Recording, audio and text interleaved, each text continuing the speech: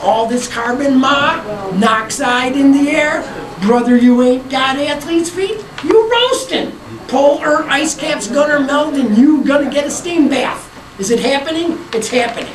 So I start with the story of Adman and Even. I trace all the generations of men. I explain how the Cheyenne people became yellow-skinned, and there's a couple dozen world events that were written down in advance. There's that. Here is a book I just finished, New World Hors d'oeuvres. You can find it on the internet on my websites, michaellevinson.com. You can find this book. 3 major elements here in this book. Element number 1, Bill Clinton committed treason. He committed treason in the transfer of missile technology to the Chinese by switching it from the State Department to the Commerce Department. It's all buried in the Cox Committee reports that they sealed for 100 years. Treason with a small t in today's world, it's just par for the course in Washington. So the Chinese people had something on Bill, and that's why they made that missile transfer. Then Elian Gonzalez washes up on the beach, and suddenly in the midst of everything, they give him back to Fidel, because Fidel had the same information. So there's this stuff about Clinton. Now if Hillary becomes the nominee of the Democrat Party, and she becomes president, the people that went to Bill and said, we have these videotapes of you in a compromising situation, will present them to Hillary, and then she would do what they would want to do. She's compromised as a candidate is what I'm saying, and it's all in here. As far as the Bushes go, when George Bush the Elder came to New Hampshire in 1992, on January 15, what he said was, as he moved down the trail, Maureen Dowd reported, and you can enter these words in the New York Times archive, which is available to everyone for free. You enter the words, Jack Legs jumping up. And you find out that Maureen Dowd wrote that as Bush moved down the trail, he slipped into his red meat vocabulary. I'm quoting her.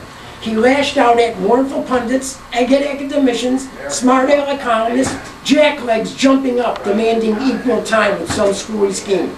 Tom Brokaw had 6 Democrats on, Paul Tsongas, Gary Hart,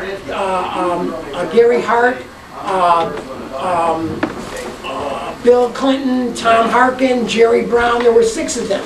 Bob Kerrey, and they weren't on the ballot anywhere except for Paul Tsongas. So because they weren't on the ballot, I applied to PBS and NBC to get 2 hours of time. And I told NBC that they had to sell me the time, and I would use my time on PBS instead where it was free. What they did was they waited for the balloting to close, then they said, you're only on 3 ballots, we don't have to give you the right time of day. And I took that all the way to the Supreme Court where it hangs by a Kevlar thread. So I have options here. Because under the telecommunications law, the way it reads is that in the 45 days before a primary, if you're legally qualified to be voted on in 10 states, you're allowed to be on nationwide. So I'm going to be legally qualified in 10 states because of the 20-some-odd states that are bunched against New Hampshire. So therefore, I'm going to apply after this business today, where I'm officially, publicly declaring my candidacy, that I will apply to NBC, CBS, ABC, and PBS for 2 hours of time to make a speech. And then it's a question of where do I go? I'm not going to the Federal Communications Commission because this is another issue for all of you. You're from the press. There's an earmark in 2000. You can read about it in here. And anybody wants to get a copy of this, I'll make a copy on PDF available for you. It's no big deal. You don't have to purchase it, is what I'm saying. And they put an earmark that all the PBS stations are no longer under the access law like the other commercial stations. So 356 stations have been removed from their obligation to have political candidates. In the history of political broadcasting, I'm the only person ever to have done it. And now they're taking that away. Of course, I'm the only one to have ever done it. Then there's a footnote.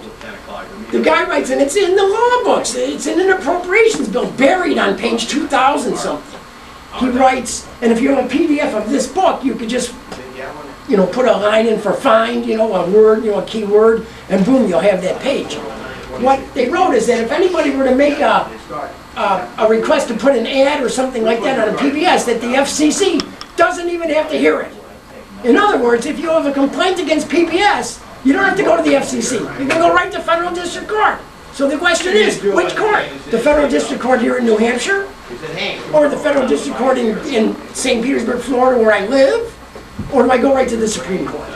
But I'm determined to make a 2-hour speech between now and the vote. As a campaigner with collecting no money from anybody, I like that because, and I'm prepared to give Bill $1,000, but I really don't think I'm going to do that. I want to be the nominee of both parties, and I can't fill out the form and give them $1,000 for each. You can only go on one. So in the state of New Hampshire, the people really do take an interest in what's going on.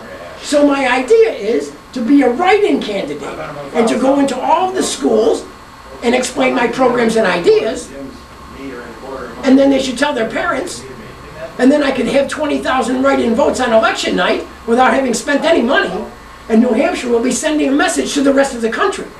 Now let's get to a few issues. Okay, I wanted to give you a little background. This is in 60 seconds. I'm going to put $321 a month extra in 30 million paychecks. And here is how. In McDonald's and Burger King and all the fast food places, I'm going to sit down with the CEOs of these major operations, and I want to add 2 cents that goes in the cash register for every item purchased. So if you go to McDonald's and buy a burger and fries and a Coke, it's an extra 6 cents. Could you spend that? I believe you could. Do the same thing in Walmart, Kmart, Target, and every supermarket. 1 or 2 cents. It's added in. At the end of the week, someone appointed or chosen by the workers on the counter or the cash registers sits down with management and divides all the 2 cents against all the hours worked. So everybody gets an extra $2 an hour cash in their pay envelope. And the overage goes into a medical savings account, so wherever they go, they've got that money also if they get sick and they don't have insurance. And that's how to raise the pay of all the hourly workers in this country whose pay has been stagnant for years. And economists say this all the time. So that one idea alone is worth 30 million votes and 20 million unregistered people who could register to vote. So much for making the economy healthy and saving all these houses that are about to be foreclosed on because the spouse works in Walmart and she only makes $9 an hour. They don't have enough money to make that mortgage payment. So that's how I'm going to provide that. Now we have 47 million people that don't have insurance. Is that correct? Okay, 47 million? Here's what I'm going to do. I'm going to change the tax code so the rich folks go back in the tax bracket where they belong instead of crowding us. Then I'm telling all doctors and dentists, you get $50,000 in charitable work I want you to do. And you take that off the top of your income tax. And then when you're all done with all your deductions, take $25,000 off the bottom. Every doctor and every dentist will have a sign up. You don't have insurance? You need a doctor? I'm here. Because they all want to save money for their own retirements. So this is how I'm providing medical coverage for 47 million people. How long did it take me to tell you that? That's a short-term solution. You, the person working in McDonald's, and your husband working in McDonald's, you got a little baby, grandma's watching the baby, baby gets an ear infection, you go to the doctor, you get $15 down like a copay, and that's it. Then we ask these people, would they let $5 out of their paycheck go to pay off their big medical bill to be $700, $800? Of course, now they've got a doctor, and it's costing what, $5 a paycheck?